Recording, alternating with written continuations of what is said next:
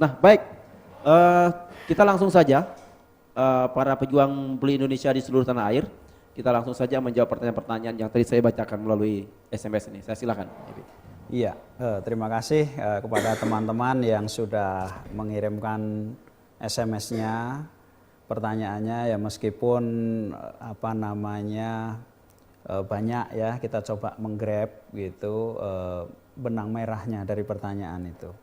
Yang pertama mengenai bagaimana sih perjuangan atau jihad ekonomi yang disarankan oleh Rasulullah. Ya. Jadi kalau kita berbicara tentang Rasulullah itu, maka disebut mengapa Rasul ini adalah contoh yang sempurna gitu. Karena memang Rasul ini bisa menjadi contoh bagi siapapun gitu. Apakah orang kaya atau orang miskin gitu. Artinya dalam banyak hal Rasul itu pernah mengalami dua-duanya gitu. Maka Rasul itu bisa dicontoh oleh siapapun. Kalau ada yang mengklaim bahwa Rasul mengajarkan kita itu untuk hidup sebagai pengusaha, Rasul juga pernah tidak sebagai pengusaha gitu. Artinya kita mesti proporsional dalam melihat itu. Rasul pernah menjadi rakyat, Rasul pernah menjadi anggota pasukan, Rasul pernah menjadi pemimpin, Rasul pernah menjadi pemimpin gitu. Rasul pernah beristri banyak, pernah juga beristri satu. Jadi sebetulnya di mana kita itu menempatkan diri kita gitu untuk mencontoh beliau. Nah, karena kita ini sebagai pengusaha, maka kita kalau kita berbicara tentang apa yang harus kita lakukan adalah mencontoh ketika Rasul berbicara ekonomi gitu. Rasul banyak sekali ya yang dicontohkan gitu. Tetapi satu hal yang selalu terngiang-ngiang di dalam diri saya dan itu menjadi sebuah gerakan kita semua adalah satu sabda beliau yang mengatakan ketika beliau itu melihat bagaimana pasar itu dikuasai oleh Yahudi gitu ya. Gitu beliau memerintahkan agar kita itu merebut pasar itu. Kalau kita tidak bisa merebut, maka buatlah pasar sendiri. Nah, ini sebetulnya adalah sebuah konstruksi besar dari perjuangan yang harus kita lakukan gitu. Kenapa? Karena membangun ekonomi itu tidak bisa dimulai dari industri gitu. Kita dalam membangun bisnis sering kita terjebak mulainya dari produk gitu. Padahal kita tahu bahwa produk itu tidak bisa mendikte customer, tetapi customer yang mendikte produk. Maka di Indonesia ini terpaksa orang itu membuat sepeda motornya itu buatan Indonesia, tetapi dikasih nama merek Cina gitu, merek Jepang gitu. Kenapa? Karena dia itu tidak meyakini bahwa ini akan dibeli oleh orang gitu. Makanya siapapun ketika kita baca tentang produk kita akan kesulitan di negeri kita sendiri. Nah, Rasul itu mengatakan rebut pasar. Nah, makanya kalau pasar itu yang kita kondisikan gitu, maka produk itu apapun produk itu bisa diterima oleh pasar gitu. Seperti kita tahu anak-anak kita sampai hari ini masih senang pakai merek-merek luar negeri ya. Itu kan nah ini yang harus dirubah gitu. Sesungguhnya kehormatan kita itu ya merek kita gitu. Kehormatan kita itu ya merek bangsa kita, milik bangsa kita. Nah, perjuangan merebut pasar ini menjadi sebuah panggilan bagi para pebisnis di Indonesia. Kalau pebisnis Indonesia itu produknya itu memang dicari oleh bangsa kita sendiri, oleh umat, maka apapun yang kita buat insya Allah akan menjadi kekuatan ekonomi kita. Ya, seperti di Cina ya. Ini kembali kepada perintah Rasul lagi, belajarlah sampai ke negeri Cina itu. Memang kita mesti belajar di sana. Gitu. Saya melihat di Cina itu ada orang jual handphone itu di pinggir-pinggir jalan itu, Bang. Di pinggir jalan gitu. Saya tanya kok kok ramai sekali gitu. Kenapa kok bisa begitu? Karena itu produk Cina katanya mereka. Produk Cina yang membuat itu industri rumah tangga.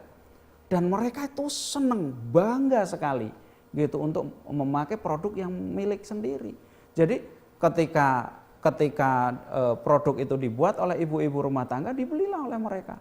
Nah, apapun produk itu, gitu. Bahkan hari ini itu kalau dibilang produk Cina itu banyak itu di luar negeri, ya lebih banyak lagi itu di Cina gitu. Kalau orang bilang Jepang itu produknya banyak diekspor, ternyata sebetulnya lebih banyak lagi di Jepang. Jepang itu kalau nggak salah 80% itu produk untuk konsumsi di dalam negeri gitu. Maka apakah karena lebih murah, lebih baik? Tidak gitu. Apapun yang namanya Jepang, orang Jepang belinya produk Jepang. Nah, kalau kita lihat beras gitu ya, beras di Jepang itu tinggi, harganya tinggi, sangat tinggi. Tapi Pak Habibie pernah mengatakan, kepada Bu Marwah Daud ya, Bu Marwah cerita sama saya, kamu lihat di Jepang itu produk beras itu harganya tinggi, tetapi jangan pernah kamu bermimpi produk kamu, beras kamu itu bisa masuk ke Jepang. Nah, ini yang harus kita bangun. Kalau kita bicara jihad ekonomi, hari ini adalah merebut pasar diri sendiri. Nah, merebut pasar tentunya adalah pasar yang kita kuasai dulu. Rumah tangga kita, gitu, komunitas kita, gitu. Kalau bisa itu lebih luas lagi, insya Allah Indonesia akan kita kuasai. Nah, inilah panggilan jihad yang saya yakini gitu. Ini itu adalah sesuai dengan apa yang disabdakan oleh Rasulullah SAW. Ya, itu barangkali yang kemudian yang lain-lain barangkali tentang utang ya. Tadi pertanyaan tentang utang. Memang utang itu hubungannya sama dua gitu, sama ilmu dan sama mentalitas gitu. Biasanya yang nggak punya ilmu jatuh karena mentalitasnya juga buruk gitu. Yang punya ilmu itu mengabaikan ilmunya karena mentalitasnya buruk ya. Jadi sangat mudah berhutang dan sebagainya. Ini sebetulnya satu iceberg. Jadi utang itu hanya menjadi satu pertanda aja gitu dari apa yang kita sebut kecerdasan ekonomi gitu. Ada apa yang disebut leadership, apa yang kita sebut spiritual gitu. Apa ada hubungannya utang dengan spiritual? Wah, sangat ada gitu. Bahkan Allah itu mengatakan kalau nggak salah ini hadis juga ya. Barang siapa masih berhutang gitu belum lunas gitu mati, maka digantung itu arwahnya itu. Ini artinya kan luar biasa sekali. Dan Rasul mengatakan bahwa kalau Anda berhutang itu banyak-banyaklah beristighfar gitu. Banyak-banyaklah. Rasul mengajarkan doa yang diajarkan luar biasa. Itu salah satunya agar kita itu tidak tertindas oleh hutang. Artinya hubungan dengan spiritual itu luar biasa. Hubungannya dengan leadership, kemudahan kita dalam memutuskan.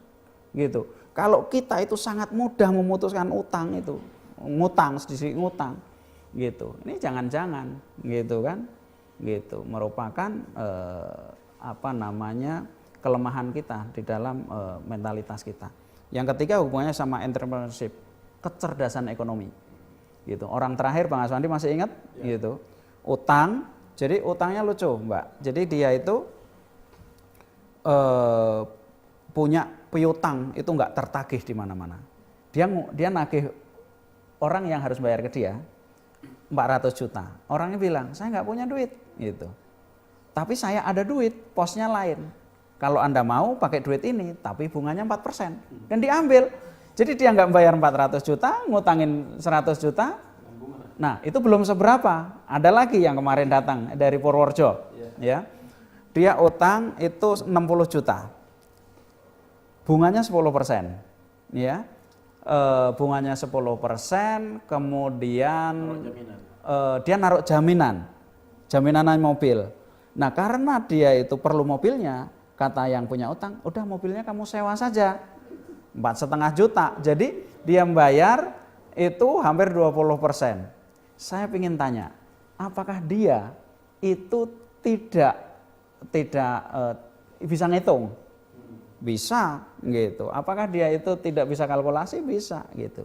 Tetapi itulah ketika runtuh tiga-tiganya gitu, maka tiga-tiga ini menjadi cermin dari mentalitas gitu.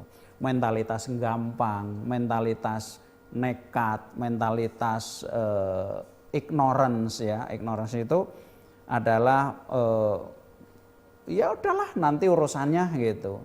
Nggak apa-apalah gitu, itu ignorance ya. Jadi sangat berkaitan dengan mentalitas. Nah, mentalitas karakter ya, itu kalau satu orang, kalau banyak orang namanya budaya. Nah, di Indonesia kelihatannya gitu ya.